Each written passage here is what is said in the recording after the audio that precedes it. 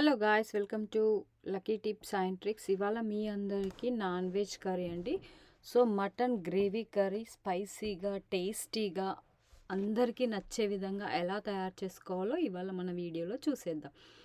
So ముందుగా అయితే నేను ఫ్రెష్ మటన్ తీసుకున్నాను. ఫ్రెష్ మటన్ తీసుకొని ఒక 2 kgs వరకు మటన్ తీసుకున్నాను అండి. 2 kgs మటన్ను బాగా కడిగి పక్కన పెట్టేసుకున్నాను. ఆ తర్వాత ప్యాన్ పెట్టుకొని నేను అవి షూట్ చేయలేదన్నమాట. అందుకని చెప్పి మీకు నేను చెప్తున్నాను ప్రాసెస్ స్టార్టింగ్ నుంచి. సో ఆ మీట్లో మీరు ఏంటి అంటే కొంచెం సాల్ట్, ఉప్పు వద్దండి, ఉప్పు కూడా జనరల్గా వేసుకుంటారు, బట్ సాల్ట్ వేసుకుంటే ముక్క గట్టిగా అవుతుంది. సో అందుకని చెప్పి జస్ట్ సాల్ట్ పసుపు, టర్మరిక్ పౌడర్ వేసి నీట్గా కడుక్కొని వాటర్ మొత్తం పోయేలాగా ఒక జల్లి గిన్నెలో పెట్టేసుకొని పక్కన పెట్టేసుకున్న తర్వాత స్టవ్ ఆన్ చేసుకొని ప్యాన్ పెట్టి ఇందులో నూనె పోసి నూనె బాగా వేడి అయిన తర్వాత మనకి ఇందులో ఒక బిర్యానీ ఆకు, 2-3 లవంగాలు అండ్ యాలకులు వేసుకొని బాగా వేయించుకోవాలి. ఆ తర్వాత ఇందులో ఉల్లిపాయలండి, నేను 2 kgలకి ఒక 6 ఉల్లిపాయలు తీసుకొని సన్నగా కట్ చేసుకొని వాటిని వేసుకొని బాగా వేయించుకుంటున్నాను. అండ్ అలాగే పచ్చిమిరపకాయలు కూడా వేయించుకోవాలన్నమాట. దాంతోపాటు ఒక 5-6 పచ్చిమిరపకాయలు తీసుకొని సన్నగా కట్ చేసుకొని ఉల్లిపాయలు పచ్చిమిరపకాయలు బాగా వేగేలాగా మనం వేయించుకోవాలన్నమాట. జనరల్గా ఏంటి అంటే ఉల్లిపాయల వల్ల టేస్ట్ అనేది చాలా బాగుంటుంది అండ్ చాలా డిఫరెంట్ టైప్స్లో చేస్తారండి ఇది. సో నేనైతే ఇలా చేస్తున్నాను. అండ్ అలాగే అల్లం వెల్లుల్లి పేస్ట్ వచ్చేసి మనం ఒక 3 tablespoons అయితే తీసుకుంటున్నాను, ఎందుకంటే 2 kgల మటన్ ఉంది కాబట్టి. సో అల్లం వెల్లుల్లి పేస్ట్ వేసుకున్న తర్వాత ఉల్లిపాయలు బాగా వేడెక్కాయి. సేమ్ అలాగే అల్లం వెల్లుల్లి పేస్ట్ని కూడా ఇలా మొత్తం మిక్స్ అయ్యేలాగా కలుపుకొని తాలింపుతో బాగా వేయించుకోవాలన్నమాట. మంచిగా ఇట్లా ఫ్లేవర్ రావాలి, అలాగే బ్రౌన్ కలర్ వచ్చేంత వరకు అల్లం వెల్లుల్లి పేస్ట్ని కూడా ఇలా కలుపుకుంటూ మంచిగా వేయించుకుందాము. సో అల్లం వెల్లుల్లి పేస్ట్ అలాగే ఉల్లిపాయలు ఎప్పుడైనా పచ్చివాసన పోయేదాకా వేయించుకుంటే మనకి ఏ కర్రీ అయినా టేస్ట్ అనేది చాలా బాగుంటుందండి. అండ్ అలాగా ఇప్పుడు వచ్చేసి చాలామంది నాన్ వెజ్లో టొమాటోస్ వేస్తే టేస్ట్ తగ్గిపోతుంది, చప్పగా అవుతుంది అని అంటారండి, బట్ అది నిజం కాదు. సో అదొక సీక్రెట్ ఇంగ్రీడియంట్ అని చెప్పొచ్చు అనమాట. టొమాటోస్ వేసుకుంటే చాలా బాగుంటుందండి. ఒకసారి ఇలా కూడా ట్రై చేసి చూడండి.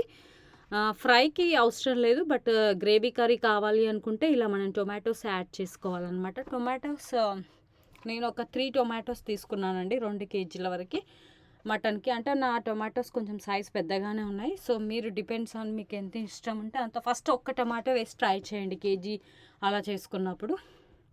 సో టొమాటోస్ని కూడా ఇలా చిన్న చిన్న ముక్కలుగా కట్ చేసుకొని ఏదైతే మనము ముందుగా అల్లం వెల్లుల్లి పేస్ట్ అలాగే ఆనియన్స్ వేసి తాలింపు మొత్తం బాగా వేయించుకున్నాం కదా, సో దాంట్లో టొమాటోస్ వేసి మొత్తం మిక్స్ అయ్యేలాగా ఇలా బాగా కలుపుకోవాలన్నమాట. ఇంకా ఇలానే కలుపుకొని ఒక 2-3 minutes ఉన్న తర్వాత టొమాటోస్ ఆల్మోస్ట్ బాయిల్ అవుతుంటాయి కదా. సో ఫ్రై అయిపోయిన తర్వాత మనం ఇప్పుడు ఇందులో ముందుగానే నేను ఫ్రెష్గా కడిగి పక్కన పెట్టేసుకున్న మటన్ ఉంది కదా, ఆ మటన్ ఇందులో వేసుకోవాలన్నమాట. అంతే మనం చేయాల్సిన పని. నెక్స్ట్ సో కారం, ఉప్పు అవన్నీ నేనేం వేయలేదండి. ఇప్పుడు నెక్స్ట్ మటన్ వేసుకుంటున్నాము. సో మటన్ అయితే చాలా ఫ్రెష్గా ఉంది. నేను 2 kgల వరకు అయితే తీసుకున్నాను. ఇవాళ 2 kgs మటన్ ఎలా చేసుకోవాలని చెప్తున్నాను అనమాట మీకు. చిన్న చిన్న ముక్కలుగానే కట్ చేయించుకున్నానండి నేను మటన్ని. సో మటన్ ఇలా మొత్తం వేసుకొని మటన్తో పాటు ఏదైతే మనం ముందుగా ఉల్లిపాయలు తాలింపు మొత్తం ఉంది కదా మిక్స్డ్ది, ఆ తాలింపు మొత్తం మటన్ ముక్కలకి బాగా పట్టేలాగా మంచిగా కలుపుకోవాలండి. ఎంత బాగా కలిపితే రుచి అంత బాగుంటుంది. లైట్గా కలపడం వల్ల ఏమవుతుందంటే మనకు ఆ ఫ్లేవర్ అనేది మటన్ ముక్కల్లోకి ఇంకదు. అందుకని చెప్పి ప్రతి ముక్కకి ఇంకేలాగా బాగా కలపాలన్నమాట. ఇలా మొత్తం బాగా కలిపిన తర్వాత మూత పెట్టేసి ఒక 5 నిమిషాలు మనం అలానే ఉంచుకుందాము. దాన్ని అలానే ఉంచుకొని 5 నిమిషాలు, ఆ 5 నిమిషాలు కూడా మనం మధ్యలో కలుపుతూ ఉండాలన్నమాట. ఎందుకంటే అడుగంటకుండా ఉండాలి. మోస్ట్లీ మటన్ వాటర్లో కడుక్కుంటామంటే ఏం అడగంటదు. సో ఇలా మూత పెట్టేసుకొని తర్వాత తీస్తే చూడండి 5 minutesకి మధ్యలో కలుపుకుంటూ ఉండాలి. ఆల్మోస్ట్ మటన్లో ఉన్న వాటర్ మొత్తం బయటకు వచ్చేస్తున్నాయి, చూస్తున్నారు కదా మీరు. సో కుక్కర్లో వేసేదానికంటే ఇలా వండితే కొంచెం టైం పడుతుంది బట్టి చాలా రుచిగా ఉంటుందండి. కుక్కర్లో కూడా చాలా బాగుంటుంది, ఇలా కూడా బాగుంటుంది. అంటే మీ డిపెండ్స్ అనమాట, టైంని బట్టి అలా చేసుకోవచ్చు అనమాట. తర్వాత నేను ఇందులో పసుపు యాడ్ చేసుకున్నాను. సో పసుపు ముందు కొంచెం వేసి కడుక్కున్నాం కాబట్టి కొంచెం తక్కువ వేసుకోవాలి. అండ్ తర్వాత కారం, సరిపడినంత కారం. నేనైతే ఒక 3 టేబుల్ స్పూను. అయితే కారం ఏంటి అంటే మనకు కొంతమంది ఇళ్ళల్లో కొంచెం కారం తక్కువ ఉంటుంది, కారం ఎక్కువ ఉంటుంది. సో అది మీకు రుచికి తగినంత మీరు వేసుకోండి. అండ్ అలాగే మనము ఇప్పుడు ధనియా పౌడర్ కూడా వేసుకుంటున్నాను. నేను ధనియా పౌడర్ ఇంట్లోనే ప్రిపేర్ చేసుకున్నాను. ఒక 2 టేబుల్ స్పూన్స్ వేసుకున్నాను. వేసుకొని ముక్కలకు బాగా పట్టేలాగా కలుపుకుందాము. ఆ తర్వాత సాల్ట్ వేసుకుందాము. ఎప్పుడైతే మటన్ మనం ముందే వేస్తే ముందు కూడా వేసుకోవచ్చు, బట్ ముక్క గట్టిగా అవుతుంది అని అంటారు. అందుకని చెప్పి కొంచెం నేను ప్రాసెస్ అయిన తర్వాత సాల్ట్ చివరిలో యాడ్, ఈవెన్ మనం ముందు వేసుకుంటే ముక్కకి ఎక్కువ ఉప్పు పట్టడం అట్లాంటివి కూడా ఉంటాయి కాబట్టి ఇట్లా కూడా మీరు వేసుకోవచ్చు. కావాలనుకుంటే ముందు వేసుకోవాలనుకున్న ముందు వేసుకోవచ్చు, అది మీ ఆప్షనల్ అనమాట.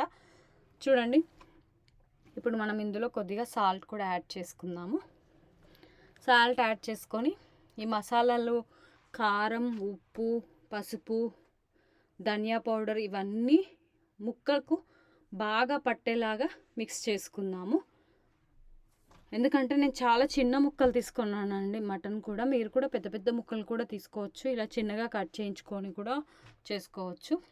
సో బాగా కలిపిన తర్వాత నాకు కలర్ మెల్లమెల్లగా చేంజ్ అవుతూ ఉందన్నమాట. ఆల్మోస్ట్ ఒక 50-60% ఉడికినట్టే కర్రీ. సో మళ్ళీ మూత పెట్టేసుకోవాలి, మధ్యలో ఇలా కలుపుతుండాలి.